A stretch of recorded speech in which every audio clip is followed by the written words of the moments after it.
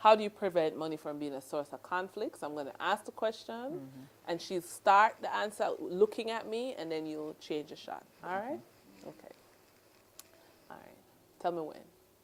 So, Reverend Dunbar, we've looked very holistically at the challenges of marriage and the needs of the wife and the needs of the husband. But coming back to the center in terms of money and marriage, how do we prevent money from becoming a major source of conflict in the marriage?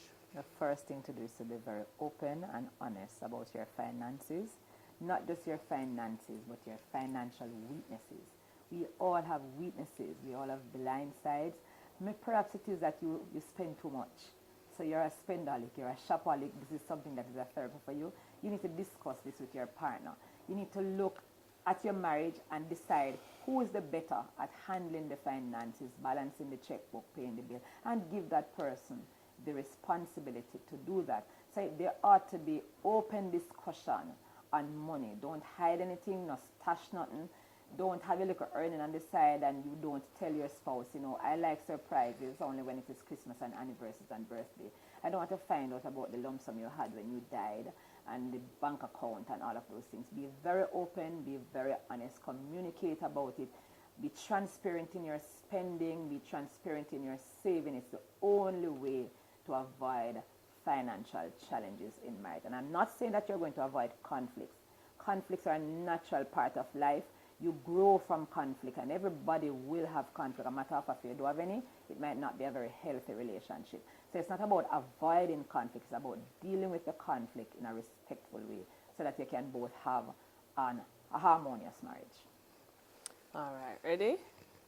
All right, so Reverend Dunbar, this has been a really different interview. I mean, we touched on the whole idea of respect, the difference between love and respect, the needs of the spouses, and irrespective of who earns more. But coming to understand why, is it really so much the harsh economic environment or the harsh interpersonal environment that's the problem? It's both. It's both. It's the economic environment, because that in itself presents some sort of challenges to the spouse. So it's the economic environment that puts the stress on them, because people have to be working overtime. You go separate ways for work. You don't connect during the day. You have to work overtime just to make ends meet. So the economic environment has something to do with it. But a couple can determine that they will not allow these challenges to inadvertently affect their marriage in a detrimental way. And then the interpersonal, yes, because we don't take the time to understand each other, and to understand how, though I am different from you and I was created intentionally different, it's not a fluke of nature, that we can be together with our differences and still have a very amicable and loving relationship. So it takes understanding, it takes time for that understanding. I think, was it Percy Sledge who said it takes time to know her? You really need time to know each other, right? And if you spend the time to do that and to understand the values that you both have, because you come into the marriage with some values. You were taught something somewhere, if it's even on the street, right? And that has shaped you and formed your value system. So if we take the time to understand these value systems and how money matters to both of us in whatever way it matters. For you, it might be having a very fat bank account. For me, it's just to ensure that my light bill is paid, my gas is bought, food is in the house, and my children are sent to school. Whatever the values you have on money, as long as we can talk about it, then we can have a very good relationship. And the money will matter, and sex too, because, if money is not going right, nothing else is going right. Absolutely. But you're giving us a pathway to make things right. To make things right. Talk about it. Yes. It's important. Reverend, sorry, my mind.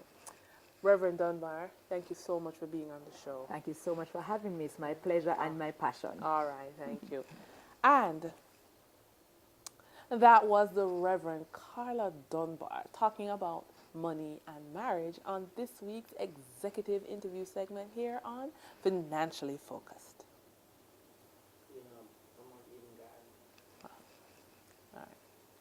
And that was the executive interview segment here at Eden Gardens.